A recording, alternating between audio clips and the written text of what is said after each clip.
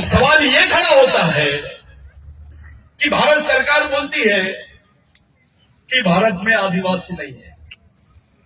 ये भारत बनने के पहले नेपाल, भूटान, पाकिस्तान, श्रीलंका, इस बेल्ट का ये भारत का ही हिस्सा है।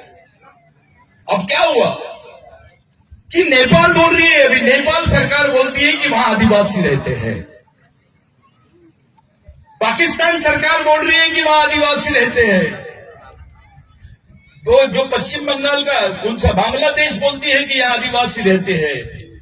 श्रीलंका बोल रहा है कि यहां आदिवासी रहते हैं, लेकिन भारत सरकार ही नहीं बोलती है कि यहां आदिवासी रहते हैं। अरे ये तो भारत का ही हिस्सा है ना। तो ये षड्यंत्र को आप लोग समझो। हम लोग जो लड़ाई लड़ रहे हैं वो राष्ट्रीय और अंतर्राष्ट्रीय स्तर की लड़ाई है। हमारी आने वाली जनरेशन को बचाने की लड़ाई है। आप लोगों के लिए, हम तमाम लोगों के लिए ये समय बहुत नाजुक है, बहुत ही नाजुक समय है।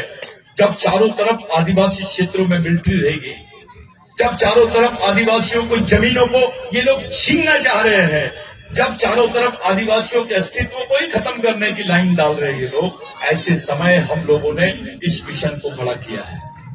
साथियों, आप तमाम लोगों से, आप तमाम लोगों के बीच में एक ऐसा मैसेज आया है, एक ऐसा मैसेज डालने की कोशिश कर रही है दुश्मन द्वारा कि आप लोगों को कोई पर्याय नहीं है आरएसएस, बीजेपी और बजरंग दल में जाने के लिए।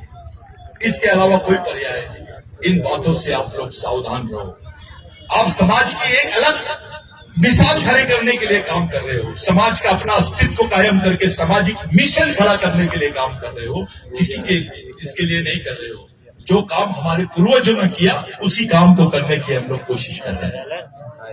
आज के दिन 3 बातें हम लोग ध्यान में रख ले। ज्यादा समय आप लोगों का मैं नहीं लूंगा, लेकिन 3 बातें। एक, किसी भी धार्मिक गतिविधि का आप लोग हिस्सा मत बनो और धार्मिक गतिविधि के बजाय अपनी सांस्कृतिक गतिविधि का हिस्सा बनो। दूसरा, तीसरा ये कि जितना चाह सकते हो, जितना जम सकता है, शिक्षण प्रशिक्षण का कार्यक्रम समाज में चलाओ। सामाजिक शिक्षा और सामाजिक दीक्षा, ये 2 ही कार्यक्रम समाज में तेजी से चलना चाहिए। साथों साथ जो जयंती का कार्यक्रम आप लोगों ने 26 जनवरी को यहां मनाया, अब ये जयंती पूरे महीने भर में गांव गांव में मनना चाहिए। भगवान टंटा भी, मैं आज मेरे को वहां पर भेजा गया, दादा का ऑर्डर आया कि भाई आपको पुतले के उद्घाटन में जाना है। मैं उस जगह पे गया, मेरे को इतना अच्छा लगा कि बाबा साहब का पुतला बाजू में, इधर भगवान टंटा बिल का, इधर बिरसा मुंडा का, और तीनों पुतलों का मैंने उद्घाटन करके आया। मैं अपने आप को बहुत खुश नसीब समझा कि आज के दिन मैं इतने सुंदर प्रोग्राम में गया था। मैं उन लोगों का आप लोग जोरदार तालियों से स्वागत करो जिन्होंने वो मेरे भाइयों, हम लोगों को अपनी सामाजिक एकता का परिचय देना पड़ेगा। हम लोगों को अपनी सामाजिक लड़ाई के वजूद को समझना पड़ेगा। हमारी सामाजिक बेस को पकड़ के चलना पड़ेगा। उसके अलावा दूसरा हमारे सामने कोई पर्याय नहीं है। आप लोगों के लिए, हमारे लिए, आने वाली जनरेशन के लिए जो भगवान टंटा भील की विचारधारा है, उसके बारे में आपको सोचना बहुत जरूरी है। साथियों, एक बुक निकली है अभी, जिस पर वो यादव करके एक राइटर है, उन्होंने वो किताब लिखी है। मेरे को बहुत अच्छी किताब लगी। वो बुक राइटर का पूरा नाम नहीं मालूम मुझे, दादा बताएंगे।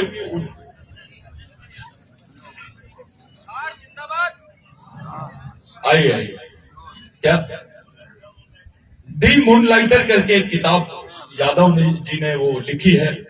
आप लोग नेट पे उसको जरूर तलाश करें, और मैं आप लोगों को, सब लोगों को विनती करता हूं कि उस किताब को जरूर पढ़ो।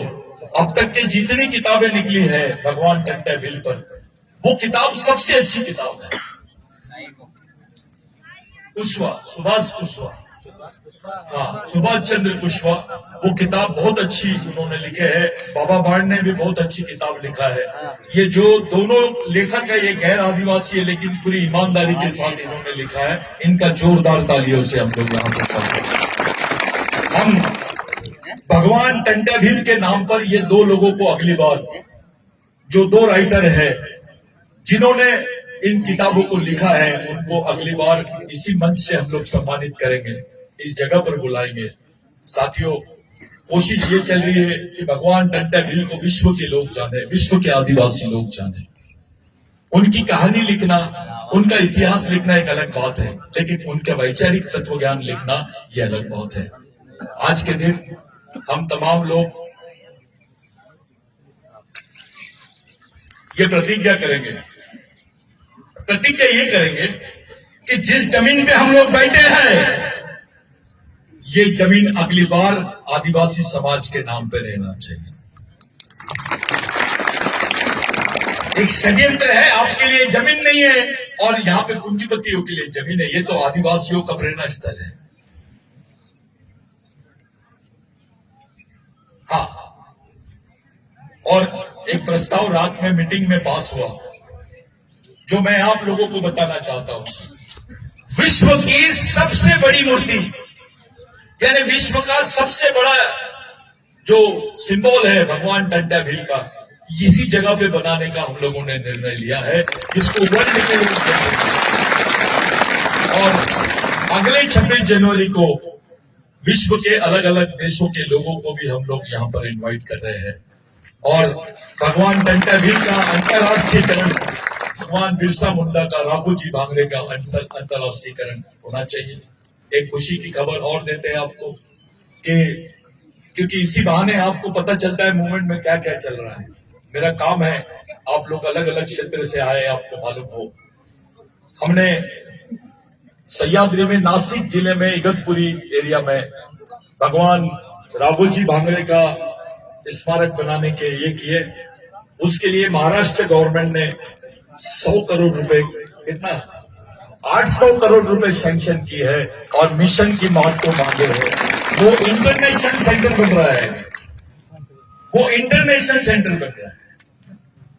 साथियों, अगर महाराष्ट्र गवर्नमेंट राघोजी भांगरे के लिए 800 करोड़ की घोषणा करती है, तो मध्य प्रदेश गवर्नमेंट 1000 करोड़ की घोषणा क्यों नहीं करती है? लेकिन ये नहीं करेंगे, 1 करोड़ की भी नहीं करेंगे। मध्य प्रदेश में आज भोपाल में इन्होंने तिरंगा झंडा लगाया होगा, लेकिन भगवान टंटा भील का नाम इनके मुंह से नहीं निकला होगा। आज उसका जन्मदिन है जिसने देश को आजादी दिया। इस देश की जमीन की 70% लड़ाई आदिवासियों ने लड़ी है, ये सच है। बाबा साहब ने संविधान दिया। मैंने आज वहां बताया कि आपने 3 मूर्तियों को बिठा दिया कि बाबा साहब का ये बिरसा मुंडा और टंटा भील से क्या संबंध था, तो उनको समझाना पड़ा मेरे को कि बाबा साहब ने टंटा भील की जमीन से और उनकी जमीनी आंदोलन से प्रेरणा लिया। और उससे ज्यादा बिरसा मुंडा को जब ये पता चला टाइम्स ऑफ ब्रिटिश टाइम्स में कि भगवान टंटा भील को गिरफ्तार कर लिया गया और 2 दिन बाद उनको फांसी है, तो बिरसा मुंडा ने वही ये किया अपने आप को प्रतिज्ञा लिया कि मैं भगवान बिरसा मुंडा टंटा भील का आंदोलन पूरे जीवन भर चलाऊंगा। 19 साल की उम्र थी तब बिरसा मुंडा की, और वो आंदोलन बिरसा मुंडा ने चलाया। बिरसा मुंडा के आंदोलन की वजह से डॉक्टर बाबा साहब अम्बेडकर, जो भंडारा में पहली बार हार गए थे, पश्चिम बंगाल से जीत के गए और संविधान सभा में गए। बाबा साहब को संविधान सभा में अध्यक्ष बनाया गया और संविधान बनाने का मौका मिला। अगर बिरसा मुंडा का आंदोलन नहीं रहता तो बाबा साहब नहीं रहते, और टंटा भील का आंदोलन नहीं रहता तो बिरसा मुंडा नहीं रहते, राघोजी भांगरे का आंदोलन नहीं होता तो टंटा भील नहीं रहते।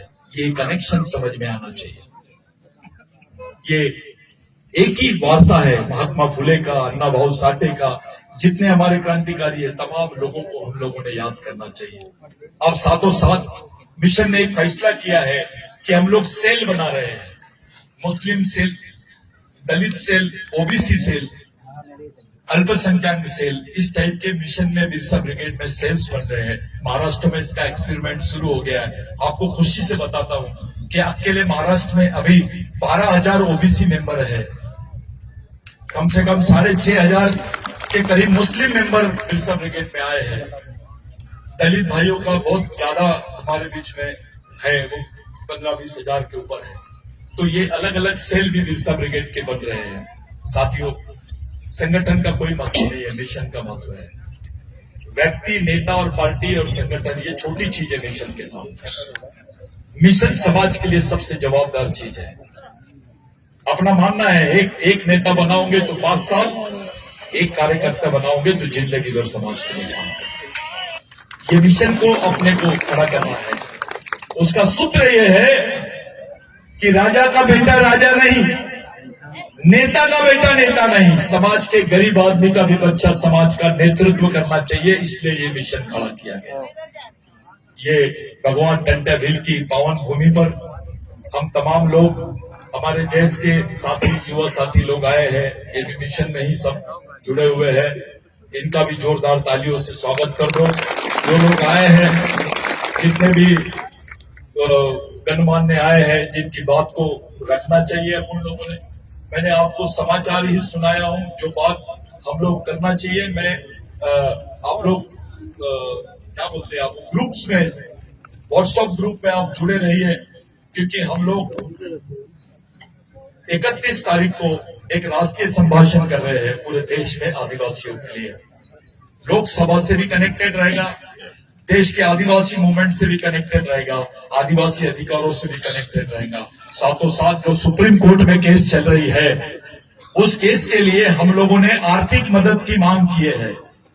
आप लोगों को मदद करना है, क्योंकि ये इतनी बड़ी केस है, उसमें गवर्नमेंट कितने बड़े वकीलों को खड़ा करेंगी इसका कोई अंदाजा नहीं है।